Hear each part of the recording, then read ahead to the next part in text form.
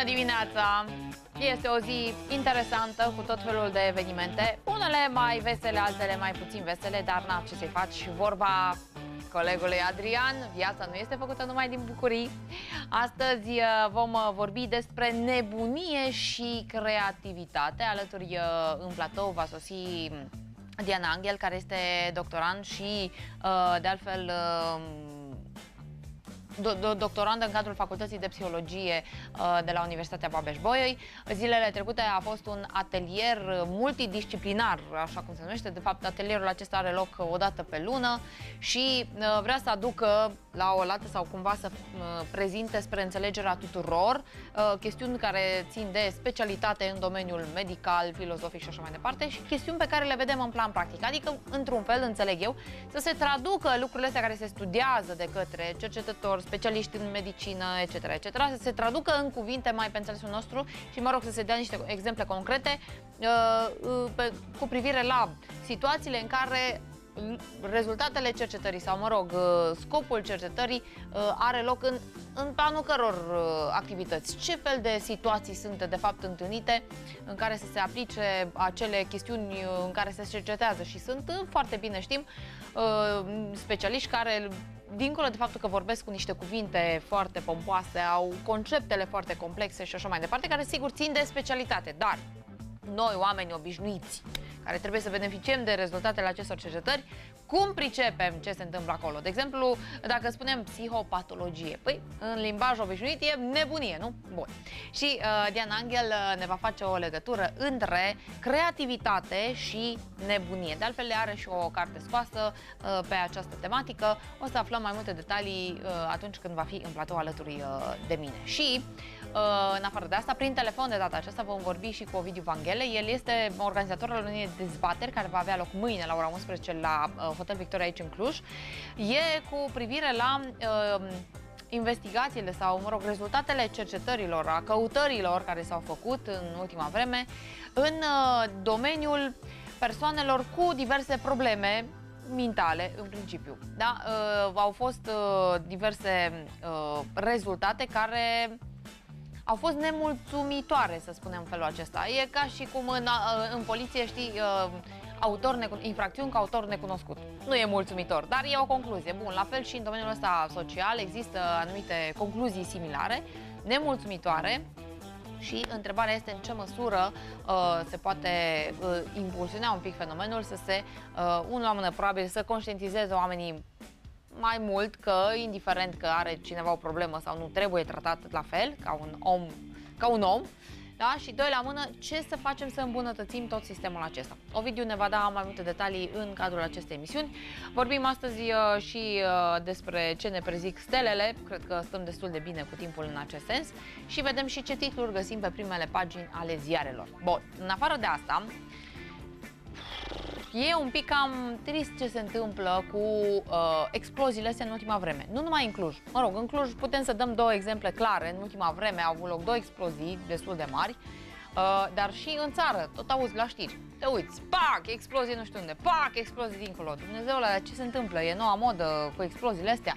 În Cluj, spre exemplu, chiar alaltăieri, dacă nu mă înșel, a avut loc o explozie într-un cartier chiar apropiat de studioul nostru, mă rog, asta contează mai puțin, indiferent în ce parte ar fi, tot nasol este, pentru că au fost 7 apartamente avariate în cadrul acestei ultime explozii și 24 de mașini au fost atinse de deflagrația respectivă, deci au avut oarește de suferit. De asemenea, 2 persoane iarăși au avut de suferit, au fost transportate la București pentru tratament și așa mai departe. De unde vine, de fapt, toată problema asta? Din câte se pare, de la gaz. De la faptul că nu au fost întreținute cum trebuie centralele, mă rog, făcute periodic acele verificări și, mai mult decât atât, detectorul de gaz, domnule. Cât este de important detectorul ăla de gaz? Mă asigur și cu detectoarele astea e o mică problemă, dar haideți să vedem reportajul colegilor de la știri și după aceea mai vorbim și de detectorul ăsta. Autoritățile trag un semnal de alarmă cu privire la importanța instalării detectoarelor de gaze în fiecare locuință. Detectează orice scăpare, orice gaz care ajunge nears în încăperea respectivă și ar putea să reprezinte un pericol de explozie. Ele sunt dotate cu un electroventil care opresc automat alimentarea cu gaze a aparatului respectiv. Potrivit legii, asemenea aparate sunt obligatorii doar pentru instalațiile de gaz montate după anul 2008. Pentru cele mai vechi, proprietarii decid pe proprie răspundere dacă își montează sau nu detectoarele de gaz. Ați văzut aceste două cazuri? Vă gândiți să vă Da, să știți, da. E periculos, nu? E periculos, într-adevăr. Nu am. Uite, am băiat în America, am fiică în Anglia, eu nu am la România. Dacă îi pus detectorul ăla, de multe ori jenant, că și din alt miros, dacă e un miros mai puternic, decuplează. Companiile furnizoare de gaze naturale atrag atenția populației cu privire la importanța reviziei periodice a instalațiilor de gaz metan. Verificarea odată la 2 ani, iar revizia odată la 10 ani, în baza unui contract de prestări servicii și obligatoriu, acestea trebuie să fie făcute de firme autorizate. Practic, consumatorii sunt responsabili de efectuarea acestor operațiuni, conform legislației în vigoare. Cel mai ieftin detector de gaze poate fi cumpărat cu aproximativ 200 de lei, iar verificările și revizia instalațiilor costă încă câteva sute de lei. Da, într-adevăr, cel mai ieftin 200 de lei. Acum mai zice, băi, de aici de acolo. Bun, da, dacă e obligatoriu, acum mai să te gândești, știi, din punct de vedere a importanței siguranței versus siguranța, adică, pardon, prețul pe care îl plătești pentru detectorul respectiv, cam cântărește chestia cu siguranța. Dar, mai zic încă un lucru. Sunt tot felul de detectoare, nu știu, câteva feluri, că asta am aflat de la cei care și le-au montat, care au ori o sensibilitate cretinoidă, ori nu știu exact, care nu s-a depistat în mod clar, că sună, frate, în fiecare zi. Nu există, nici nu folosești măcar să zic gazul sau aragazul, etc. Pac, începe să sune și știți că e un țiuit din ăla de și căpiezi, dacă nu ești acasă și vecinii tăi sunt.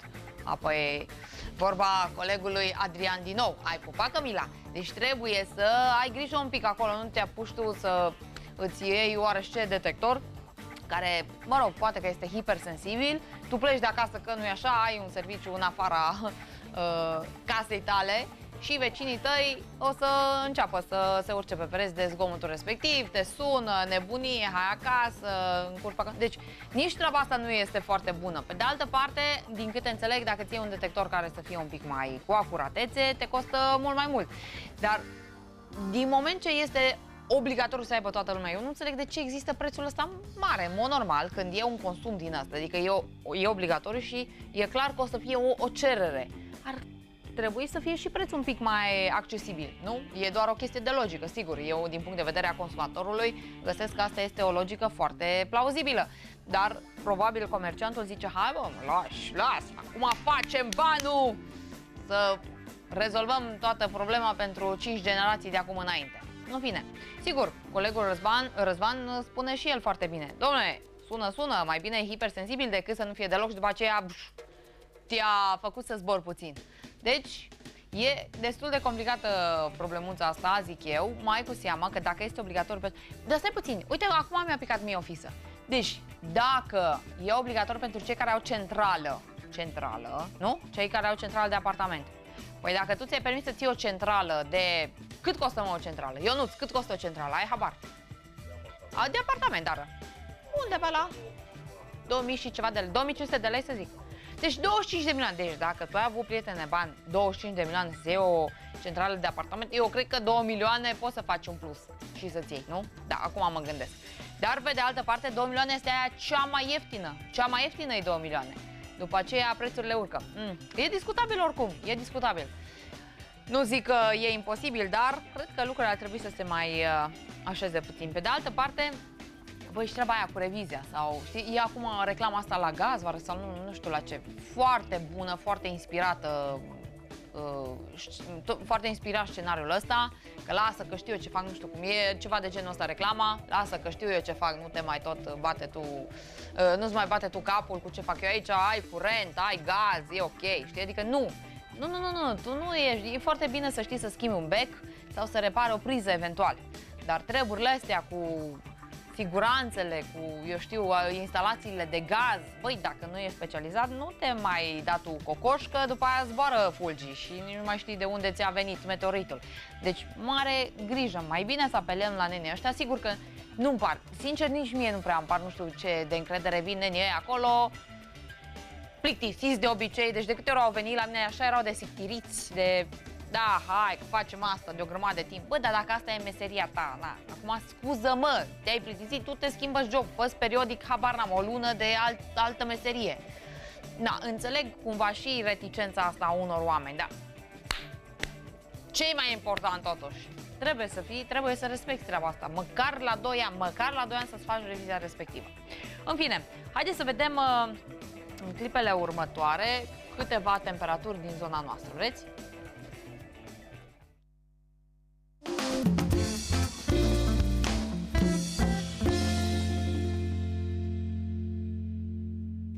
Ei bine, la munte temperaturile sunt un pic mai scăzute peste zi, ne așteptăm la 7 grade Celsius în zonele mai înalte din munții Apuseni. În rest, în orașe, mai ales în centrul Transilvaniei, temperaturile maxime vor ajunge la 13 grade Celsius. Pe alocuri însă ne așteptăm la ploi. E o zi destul de picurătoare, dacă pot să zic în felul acesta. Dar nu trebuie să ne sperie treaba asta, măcar nu o să avem temperaturi foarte scăzute. O zi potrivită din punct de vedere meteorologic, cu așa un fel de trecere dintre iarnă și primăvară. Un fel de primăvară timpurie, cam așa. Spunea cineva la un moment dat, domnule, n-are rost să mai învețe copiii că în România avem 4 anotimpuri, că ele nu prea sunt. Din păcate așa este, da, na, poate că e doar o perioadă, poate că lucrurile vor reveni la normalul pe care îl știam noi, sau poate că, într-adevăr, se vor delimita foarte clar. Habar n-am, ce contează atât de mult? Trebuie să învățăm lucrurile așa cum sunt. După aceea, nu avem decât să facem istoria din punct de vedere al geografiei. Nu? Radu, tu ce zici? Corect, așa să fie. Bine, hai să ce facem? Răsfoim niște ziare? Vedem niște titluri? Ok.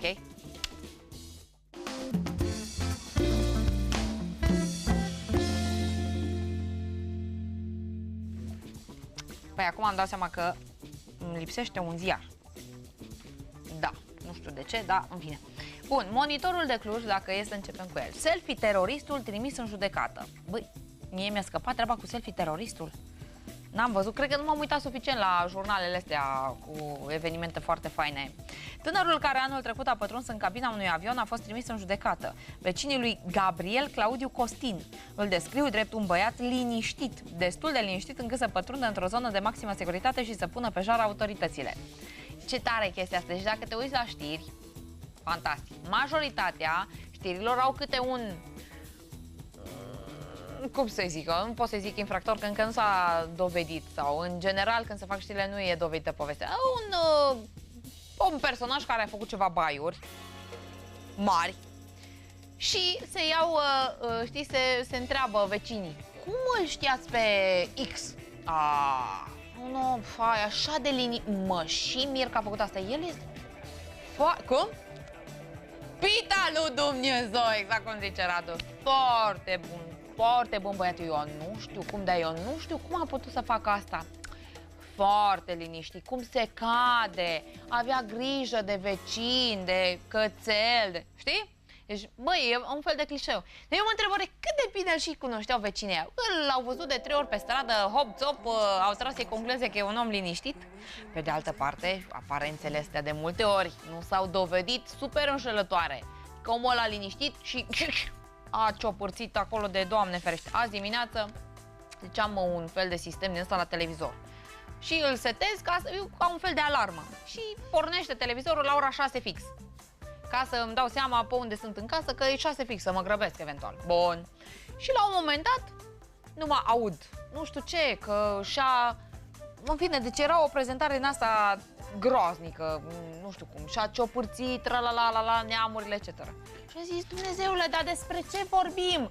Deci era o știre despre ceva român care prin alte țări străine și detalii, adică nu, bun, hai că ai anunțat, că unul nu știu ce a făcut o bacătă, dar dai detalii, cum a tăiat, cu gâtul, cu picioarele, cu a mutat, cu a tranșat, Doamne ferește, m-am gândit, Cum poți să faci treaba asta? Nu pot să-mi explic. Mie mi-a rămas așa, am fost un pic traumatizată și acum sunt, după cum se vede, traumatizată de chestia asta care a fost prezentată așa foarte natural. Deci ca și cum ai spune, s-au scumpit merele. Atenție când cumpărați, mai degrabă concentrați-vă pe pere sau ceva de genul ăsta. Mă rog, în fine. Deci asta cu selfie teroristul pe prima pagină, trecem peste. Inspectoratul școlar județean Cluj mai tăcut decât SRI. Angajații ISJ Cluj sunt plătiți din banii noștri, dar acest lucru nu pare să-i deranjeze. Cum decurge o discuție între un părinte și angajații instituției, aflăm în pagina cu numărul 4. Da, hai să vedem unde găsim noi un din ăsta. Mămica unui copil de 3 ani încearcă să afle cum și când se fac înscrierile la grădiniță. Cum site-ul inspectoratului școlar este, așa cum monitorul a mai scris recent, se laudă ei, la fel de complex ca un blog din anii 90 pe o platformă gratuită, informația dorită nu este de găsit. Rămâne varianta telefonului foarte potrivită pentru secolul al XIX-lea. După ce telefonul sună la nesfârșit, răspunde totuși un bărbat vizibil plictisit și deranjat. Apropo de plictiseală, v-am zis? Bun. Da, că e un da cu mulți de A și un H la sfârșit. Da. Inspectoratul școlar? Da. Dacă sunteți amabili, cum aș putea afla când se fac înscrierile la grădiniță? Nu știu, vă fac legătura. Bun, telefonul sună din nou. Sună cunoscut scenariul, așa-i? Ionuț, nu? Pa. Sună telefonul din nou, lung și descurajant. Răspunde într-un final o femeie. Da. Remarcați că nu se folosesc formule de salut sau de prezentare. Oamenii sunt evident deranjați că trebuie să răspundă la telefon. Observație foarte pertinentă din punct de vedere, din punctul meu de vedere, și subliniez chestia asta, o remarcă cei de la Monitor. Nu vă supărați, încerc să aflu când se fac înscrierile la grădinițe și pe site nu găsesc informația. Mă puteți ajuta? Nu știu, vă fac legătura în altă parte. Bun. Al treilea transfer. Lucrurile nu stau deloc altfel. Nu știu, să văd dacă este doamna inspectoare. Și telefonul sună la nesfârșit în gol. Doamna inspectoare nu este în birou. Reveniți. Când să revin? Nu știu. Mai încercați mai târziu. Bun, după câteva... Băi, deci observăm răbdarea acestei persoane care vrea să afle informația. După câteva ore, femeia încearcă din nou. La doamna inspectoare, telefonul sună ocupat minute în șir. Vorbește pe fix. Vă rog, reveniți.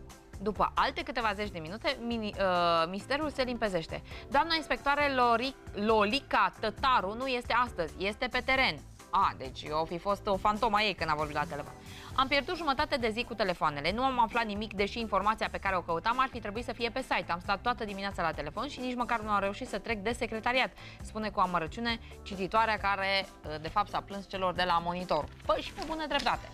Acum, eu nu zic neapărat, sincer, de povestea asta că sunt plătiți din banii noștri și de-aia sunt obligați să răspundă la telefon sau să dea o informație. Dar mie mi se pare că e de bun simț. Deci e acel bun simț care se înglobează inclusiv în cei minim 7 ani de acasă și cu atât mai mult dacă noi vorbim de inspectoratul școlar. Școlar. Adică chestia asta cu educația, mă rog. Poate că unii de acolo n-au auzit de educație și au intrat pe pile. Habar n-am, că mi-e greu să înțeleg altfel. Dar chestiunea asta, într-adevăr, cu sictirul, cu plictiseala, în orice instituție, bă, indiferent că îi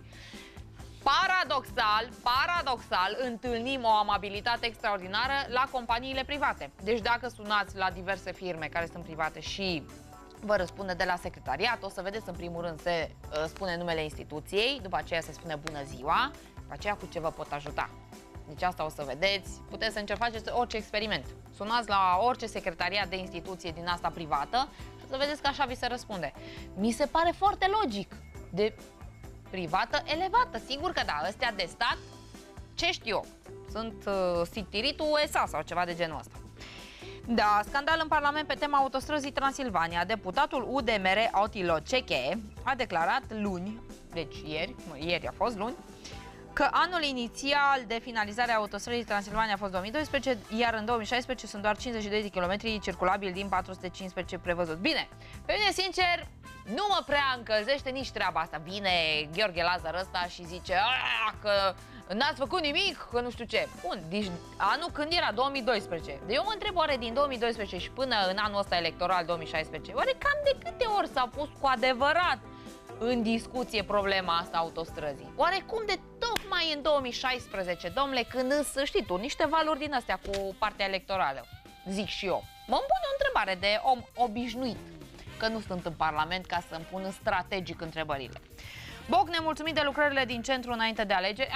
Iată, e un articol care aduce și un titlu destul de pertinent. Iar pe ultima pagină, sala polivalentă magnet pentru spectatori la competițiile sportive. Cluj-Napoca este obișnuită să aibă toate locurile ocupate la evenimentele organizate la sala polivalentă din localitate. În ultimul an, aproape toate competițiile sportive internaționale care au fost organizate au fost sold out. Foarte bine, bravo, bravo, bravo, bravo. Ok, alte ziare pe care le avem noi pe aici, ia să vedem. Bă, am primit și un ziar, dar nu știu exact de când îi, Viața Transilvaniei, că nu găsesc data. Dacă voi aveți idee pe unde este data, eu am găsit doar faptul că este anul 10, numerele 1-2 din 2016 și că acest număr se distribuie gratuit, dar perioada, pe ce perioadă este asta? Păi este așa un ziar atemporal cumva sau? Pentru că văd un articol și cu Florin Piersic.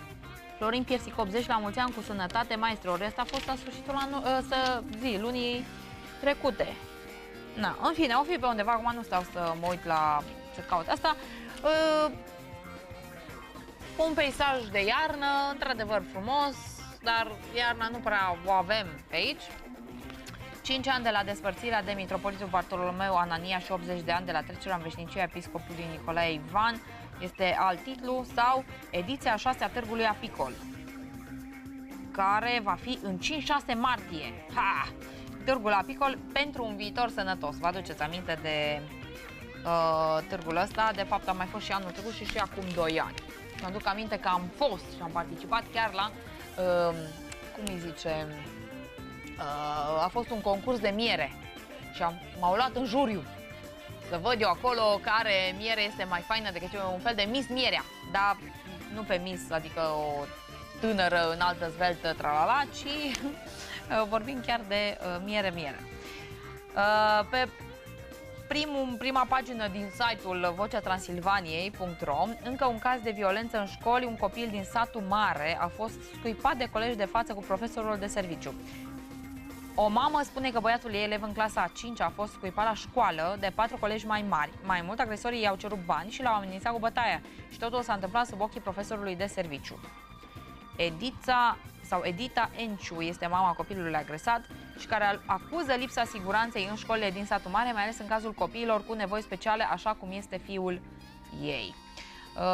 Este prezentat cazul din punct de vedere a mamei care a făcut această, să zicem, plângere. Vocea Transilvaniei zice că va lua legătura, probabil în cursul zilei de astăzi, înțeleg, cu reprezentanții școlii în cauză pentru a afla și punctul lor de vedere în acest caz reclamat de mama copilului agresat. Făclia, pe prima pagină, primarul e funcționar public pe jumătate, are doar costurile, nu și beneficiile acestora, spune Vasile Dâncu. Tot pe prima pagină în Făclia, Iohannis către parlamentari. Vă propun un an electoral care să nu fie populist și nici cu măsuri hazardate.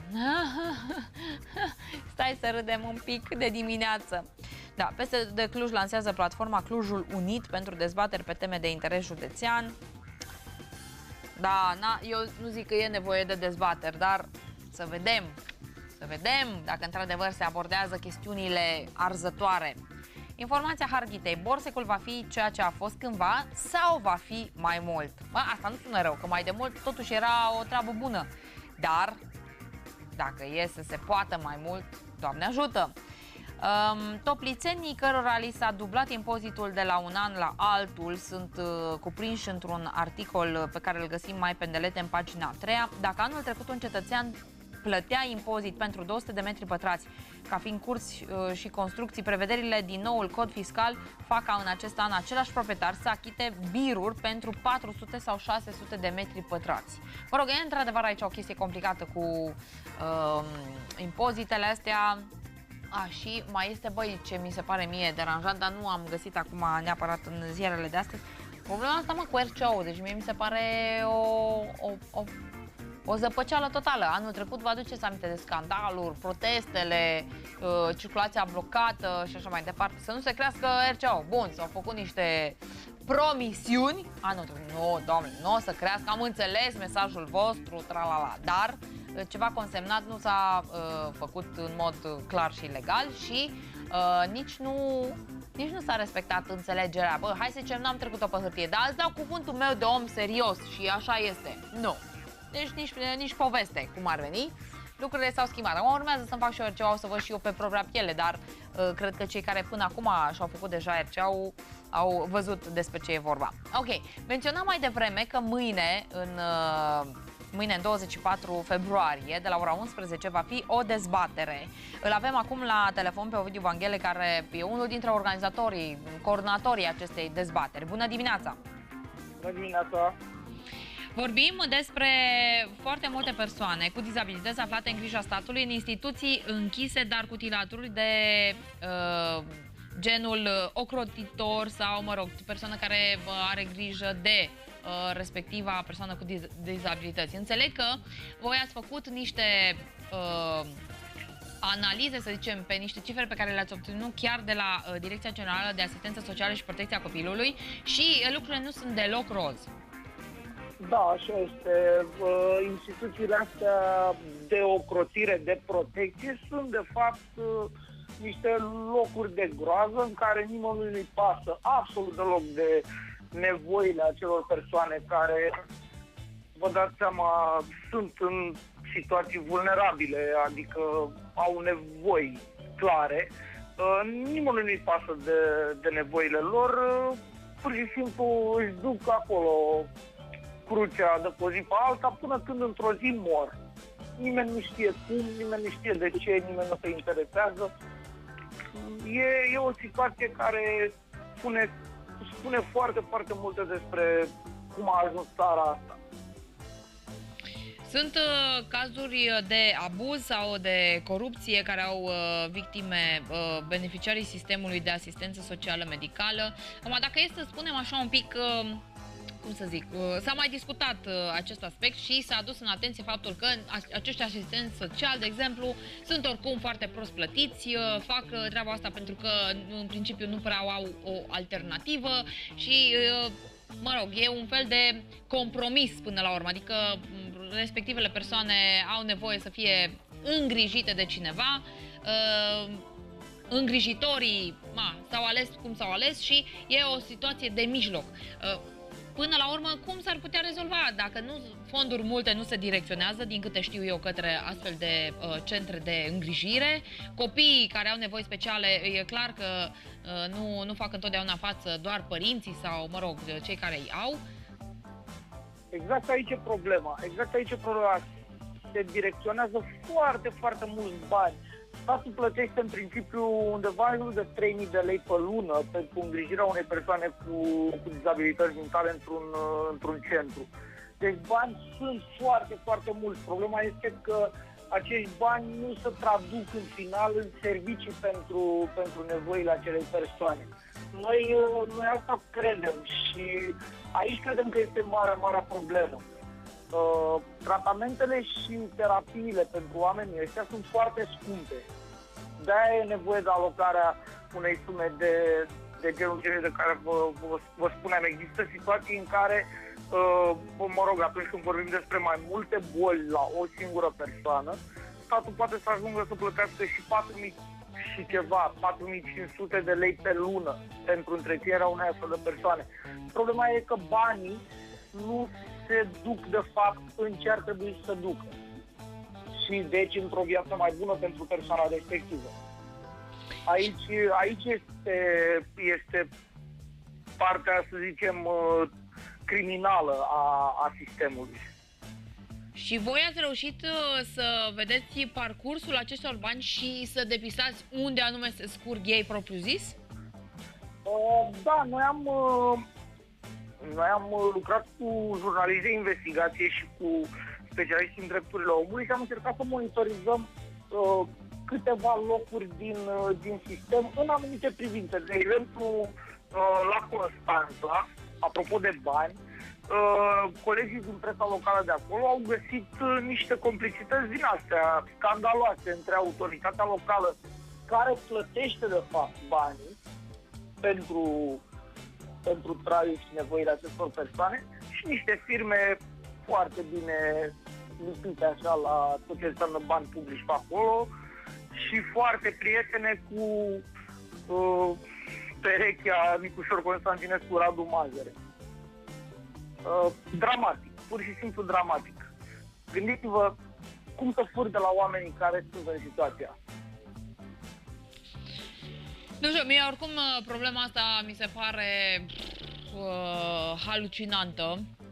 Și într-adevăr, eu n-am căutat, recunosc, n-am căutat aceste cifre, dar într-adevăr 3.000 de lei pe lună sau dacă e nevoie și mai mult să se aloce pentru un astfel de copil și să fie condițiile, respectiv îngrijirea despre care vedem de atâtea ori că este precară sau nepotrivită, e ceva care ar trebui să ne intrige într-adevăr pe cât mai mulți. Așadar, mâine la ora 11, pornind de la această situație, propuneți o dezbatere pe această temă. Da. O să avem cu noi, sper, și reprezentanții autorităților din Cluj. În Cluj lucrurile nu stau atât de dramatic, trebuie să fim cinstiți. Vom avea cu noi acolo, sper, și oameni de la Consiliul Județean Cluj, de la DGASPC Cluj. Ne uităm pe niște cifre, discutăm și vedem cum putem, ce s-ar putea face pentru ca oamenii ăștia să aibă, nu știu, să aibă o viață mai bună. Gândiți-vă, vorbim despre persoane care mor de cașexie. Cașexie înseamnă că pur și simplu nu mănâncă și să scurgă așa pe picioare și mor. Cum este posibil să întâmple lucrurile astea? Drept că mi-este destul de greu să-mi imaginez și dacă se poate face ceva, evident că asta ar trebui să se încurajeze. Drept dovadă, mă bucur că există această dezbatere. Este poate unul dintre semnalele de alarmă care trebuie trase de către, mă rog, cei care au acces, iată, la aceste informații. Și mă bucur, de altfel, informațiile înțeleg că au fost obținute pe legea 544, nu? Care e tocmai cu privire la accesul la informațiile. Da, informațiile de la care am pornit, să zicem. După care, mă rog, a fost nevoie în anumite situații și de, nu știu, jurnalism de investigație, după ce presupune el.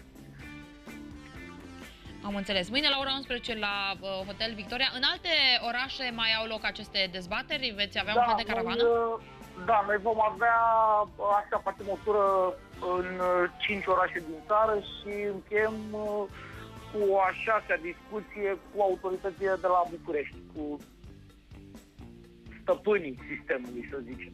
Da, cum spun domnii. În afară, deci atunci, înțeleg, asta de la Cluj este prima din serie? E prima, da. Da. Urmează ce orașe? La Timișoara, la Iași, la Brașov și Craiova. Și la Craiova, după care ajunge la București dezbaterea și probabil că la final veți face o concluzionare după această caravană.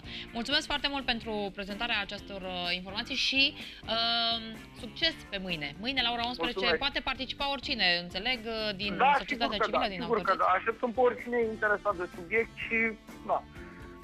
sperăm că o să ne uităm mai atent în jurul nostru atunci când vine vorba de centrele astea, de activitatea lor. Mulțumesc, Cam asta este mesajul. Mulțumesc, Ovidiu Vanghele, succes pe mâine! O zi foarte bună! Haideți să vedem repede ce alte titluri mai avem în Monitorul Express, apropo de Brașov, că tot va fi acolo una dintre dezbaterile pe marginea temei discutate de Ovidiu Vanghele. Protestul polițiștilor împotriva corupției. De la meetingul din fața IPJ Brașov au lipsit polițiștii brașoveni, precum și personajul principal Marian Godină, de la care a pornit revolta în poliție. Acum, că au fost sau nu au fost, important este totuși să se facă ceva în urma acestor valuri. 90 de milioane de lei pentru autostrada Comani-Brașov, un subiect pe care îl găsim de asemenea în Monitorul Express, sau un articol despre 2 pui de urs orfani care vor fi hrăniți cu biberonul în rezervația din Zărnești. Sunt și subiecte din astea oarecum drăguțe. Criza la ASEA, fără antrenor în ultima etapă. Ieri, de altfel, Miluna a făcut așa o scurtă radiografie a fotbalului din acest punct de vedere. Arta gravurii este expusă la Palatul Culturii, un alt articol din Zi de Zi de Mureș. Jurnal Bihorean, zi neagră pentru pietoni. Un pieton a murit, alți 2 au fost loviți pe zebre când traversau regulamentar. Of, Doamne! Oferte balneare pentru toate buzunarele, un articol în acest sens, dacă ne place. De altfel, adevărul este că voi da și eu o fugă până la Oradea în zilele următoare și să vedem ce oferte sunt într-adevăr. Mesagerul de Bistrița Năsăud, un autobuz electric a trasat linia verde a Bistriței. Contractul de proiectare a fost semnat luni. În cadrul unei întâlniri cu presa, de altfel, primarul Bistriței, Teodor Ovidiu Crețu, a făcut un tur cu autobuzul electric SOR, produs în Cehia, cu care intenționează să doteze transportul de călători din municipiu pentru un traseu linia verde. Da, păi foarte bine, suntem în an electoral, cum altfel. Ziua de Cluj, centrul se reface pe bucățele. Primarul Clujului a dat ieri de înțeles că a amânat recepția lucrărilor la străzile asfaltate pe bani europeni. Boc și-a reiterat nemulțumirea față de felul în care au fost realizate. Acum, după cum avem și imaginea de pe prima pagină, da, cred și eu că a fost nemulțumit. Ora de știri. Pe ora de știri, prima oară am văzut, deci când am deschis ora de Cluj, era un articol despre primul divorț din 2016 în showbiz. Iată ce cuplu controversat din România se destramă.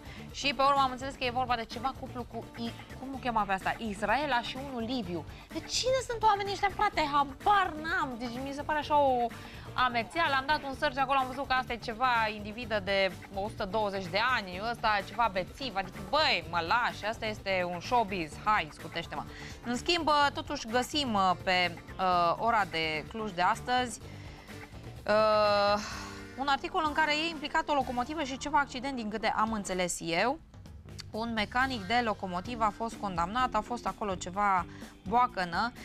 Deci e un accident cu locomotiva și ne spune aici autorul articolului: accidentul de tren, o fază la accidentul ăsta de tren este faptul că au scăpat din incendiu oamenii, dar s-au bușit cu locomotiva care trebuia să-i remorcheze. Iar la cea cu câini, așa, și mai este încă un articol cu niște câini, ceva bișon maltez, care nu știu ce a făcut el. Fotojurnalist americancă venită în vacanță cu propriul patroped a asistat neputincioasă la ușurarea câinelui chiar în timpul jurizării din finală. Mă rog, se mai întâmplă și chestii de astea, că doar câinele, nu să știe el, săracul, voi se uită toți la mine să mă țin, știi? La câine lucrurile sunt foarte simple. Dacă eu trebuie să, gata, dă-i drumul. Ce contează? Că poate că o să aprecieze felul în care, știi? Nu pot să zic acum chiar pe cuvinte că e relativ nepotrivit. Dar eu promiteam mai devreme câteva lucruri din plan astral. Haideți să vedem ce ne spun stelele.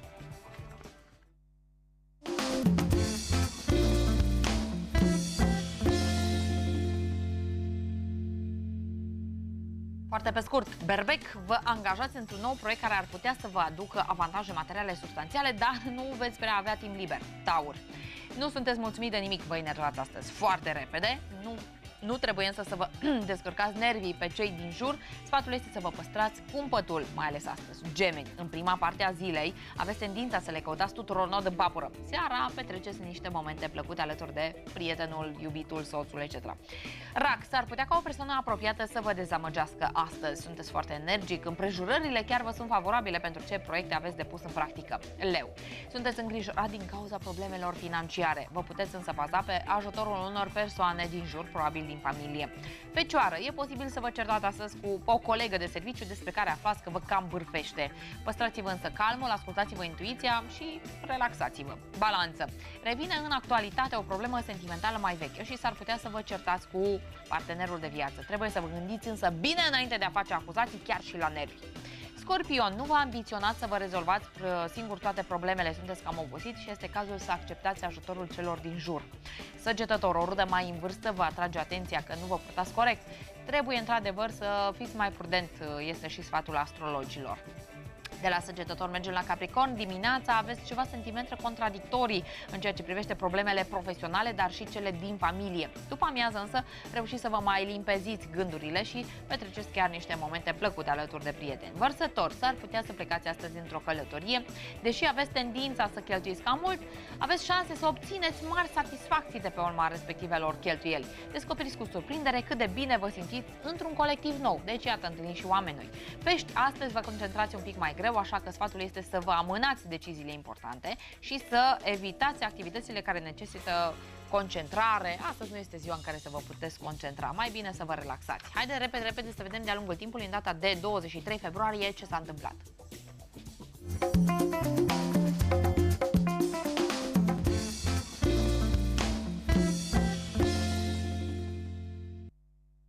Ei bine, în 23 februarie 1271 a avut loc prima mențiune documentară a orașului Brașov.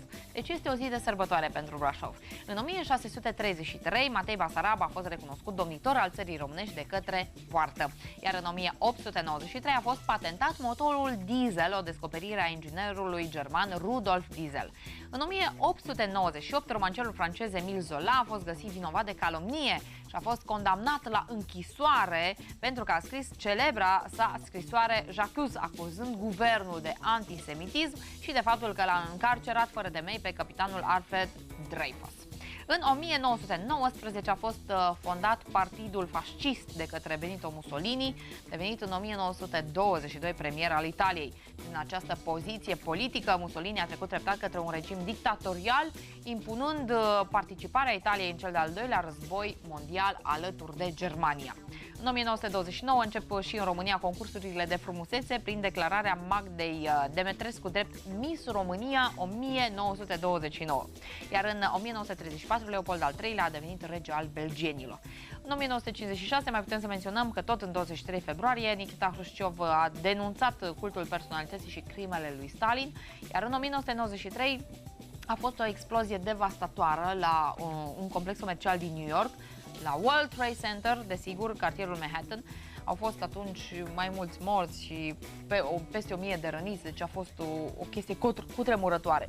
Și mai spunem că în 1685 s-a născut Handel, compozitorul atât de cunoscut, 23 februarie. 23 februarie și pentru cei care nu sunt așa de mari personalități încât să le trecem în istorie, dar își aniversează astăzi ziua de naștere, la mulți ani, cu multă bucurie, multă sănătate din partea noastră. În clipele următoare facem un pas către o mică nebunie.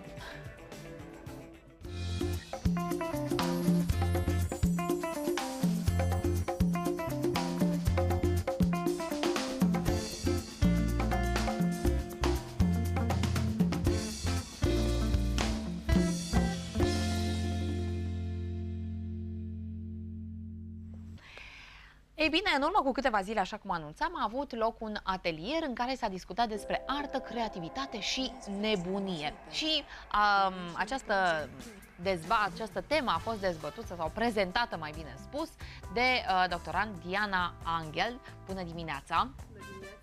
Găsit. De altfel și autor al cărții Schizofrenia și calitatea vieții, o carte pe care a fost de altfel chiar premiată de ANCSI. În 2013 m-am situat pe locul 8 dintre 169 de cercetători.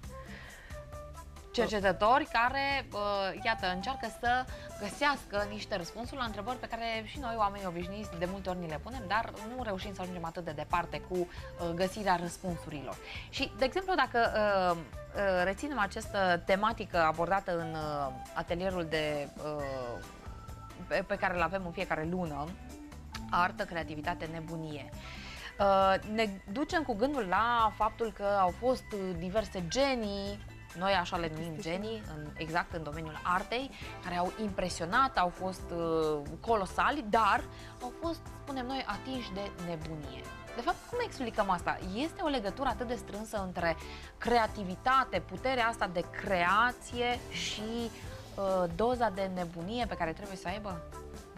Înainte să-ți răspund la întrebarea ta și mă gândesc la întrebarea multor telespectatori care urmăresc probabil această emisiune, aș dori să menționez că acest atelier de filozofie și antropologie medicală se adresează tinerilor cercetători, vine în sprijinul tinerilor cercetători pentru a crea un mediu adecvat de comunicare și manifestare științifică pe diverse teme interdisciplinare.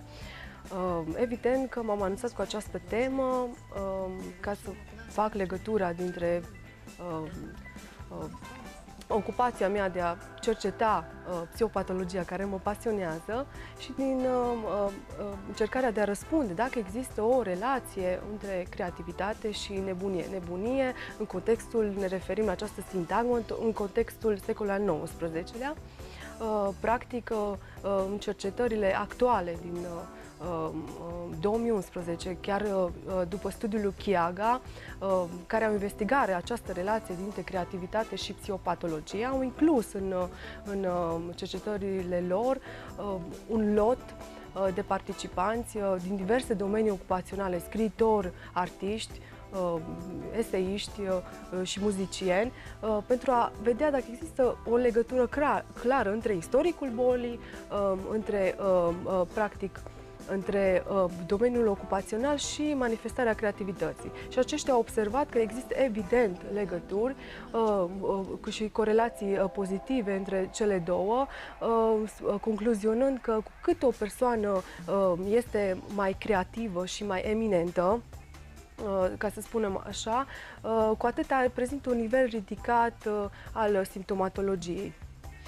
Oare există un motiv pentru care se manifestă așa lucrurile? Dacă, nu știu, eu pictez incredibil de frumos, sau cum a fost Van Gogh, de exemplu, nu? Ce lucrări foarte impresionante are, și totuși să aibă comportamentul acesta de om nebun, dacă e să o spunem cu cuvintele reale.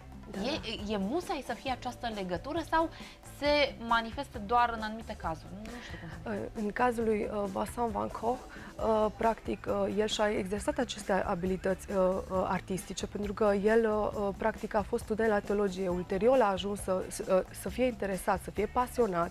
Foarte mult schița după marii pictori renascentiști tablourile sale. Practic, a pictat o replică după Millet, cum ar fi Siesta. După care, în ultima perioadă a vieții sale, când a avut acele episoade depresive, am spune, sau crize epileptice, a dovedit o capacitate foarte mare în a picta într-un timp record cele 200 de picturi care practic au rămas și le-au consacrat. După cum se știe, a pictat mult mai multe, dar acestea le-au consacrat și au fost păstrate. Și practic, studiind această legătură între profilul unei personalități artistice, ar trebui să ne întrebăm dacă mulți dintre ei se nasc cu această abilitate sau, practic, această abilitate este exersată, cum era probabil și în cazul său, care și-a descoperit abia mai apoi aceste abilități artistice.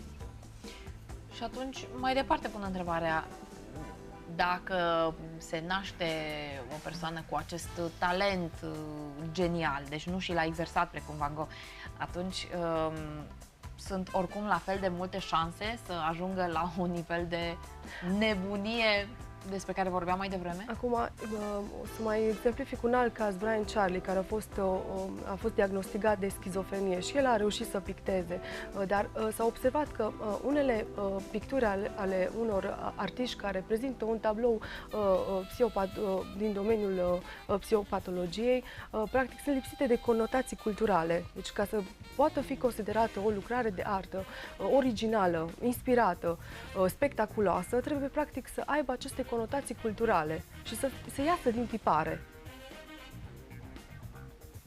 Aha, ok, bun. Atunci să merg mai departe cu întrebările, întrebări de om obișnuit, probabil că toată lumea își pune aceste întrebări. Am șanse, dacă sunt un geniu artistic, să nu fiu atinsă de nebunie și să rămân în parametrii ăștia de om normal, ne-schizo, până la urmă?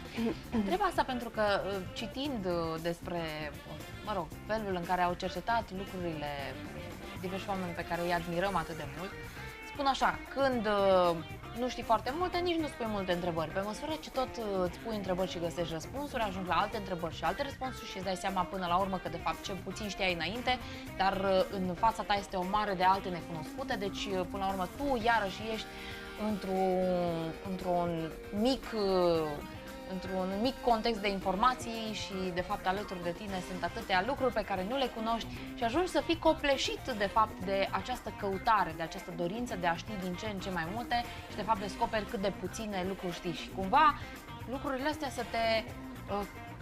să te copleșească în mod concret. Este mai ușor să se spun la această întrebare dacă facem o comparație între pictorii contemporani și cei ai postmodernității. Adică pentru că în perioada secolului al XIX acești artiști erau instituționalizați, erau internați în azile și era mai ușor să aloce timp pentru aceste creații, pe când acum privind, să zicem, în viitor, acești artiști, față de acești artiști, lumea îi privește mult mai mult mai toleranți și din aceste consecințe probabil mulți dintre ei se pierd. Deci e foarte greu să-și mențină aceste talente și abilități, aptitudini artistice, să spunem noi. Ok. Bun. Am înțeles și treaba asta și atunci, ca să revenim puțin la domeniul de cercetare. În primul rând să spunem, chiar m-am uitat aici într-un scurt paragraf despre cine este Diana Anghel, doctorant la Departamentul de Științe ale Educației. Licența este obținută în psihopedagogie și masterul este la psihologie. Poți să întreb de ce pasiunea pentru acest domeniu? Pentru aprofundare, pentru cercetare aici? Pot să-ți răspund că, din punct de vedere al unui cercetător, pot să mă adresez acestui domeniu de cercetare din punct de vedere al abilităților investigative pe care încerc să mi le deprind în cadrul doctoratului și probabil acest domeniu am ajuns eu să cred că este mai puțin studiat și probabil am alocat mai mult timp pentru a încerca să răspund din punct de vedere al unui cercetător, cum ar fi chiar și cazul, relația dintre artă, creativitate și nebunie. Da, eu mă bucur că există cercetări și în acest domeniu și cred că într-adevăr stârnește multă curiozitate legătura asta între, așa cum spunem noi, un geniu artistic și nebunia pe care de multe ori o avem cumva, nu știu, într-o conexiune mai mult sau mai puțin conștientă, probabil pentru că am studiat despre ce s-a întâmplat în secolul trecut sau mai înainte și despre marile genii, am tot aflat asta, că au fost, mă rog, cu anumite patologii și ni s-a creat un fel de tipar, băi, dacă ești artist trebuie să fii la un moment dat într-un act de nebunie. Dar într-adevăr, probabil obișnuindu-ne cu chestia asta, adică nu ni se pare așa de deplasat ca în zilele noastre, exact cum vorbeam mai devreme, cineva care este un talent artistic să fie și, mă rog, în această toleranță a nebuniei, zic. Dar, pe de altă parte, mă bucur că nu îi mai internăm pe toți oamenii aceștia, adică dacă sunt simpli, nu? Sau... Acum mai fac o paranteză. Deci dacă vedem pe cineva, că eu, de exemplu, vin și îmi tai o ureche aici la televizor, cum sunt? Acum, depinde și atunci când am fost întrebate de mulți prieteni ce este schizofrenia, este foarte greu să răspunzi la aceste întrebări, pentru că părerile sunt foarte împărțite, dar dacă m-ai întrebat pe mine personal cum arată o persoană care are acest tablou clinic din schizofrenie, probabil manifestă un limbaj mai puțin organizat, această lată de cuvinte, cum spun psihiatrii, și practic manifestă idei delirante în discurs, se pot deduce, analiștii cel puțin pot deduce din discursurile acestora și practic au această aplatizare afectivă, deci foarte greu se exprimă emoțional, nu pot să fie foarte empatici cu interlocutorii și mai multe trăsături care evident nu vreau să intru în sfera psihiatriei. La primele două caracteristici, aproape că mă puneam în această oală, dar după aceea m-am mai liniștit, că am dovedit mult mai multe. empatie cu diversi oameni. Diana, pe mai departe, ce urmează? Aprofundarea, cred, a acestui domeniu și până, nu știu, pe mai încolo? Probabil o să lucrez la a doua carte. Probabil va fi un volum mai extins al primei cărți, Schizofrenia și calitatea vieții. Probabil o să extind participanții în cercetare și o să folosesc mai multe instrumente. Mulțumesc foarte mult Și eu mulțumesc pentru această prezentare de astăzi și ne mai întâlnim și cu următoarea carte în platou, sper. Mulțumesc! Ne întâlnim și mâine dimineață, începând cu ora 8, iar astăzi după ora 10 ne auzim la Napoca FM.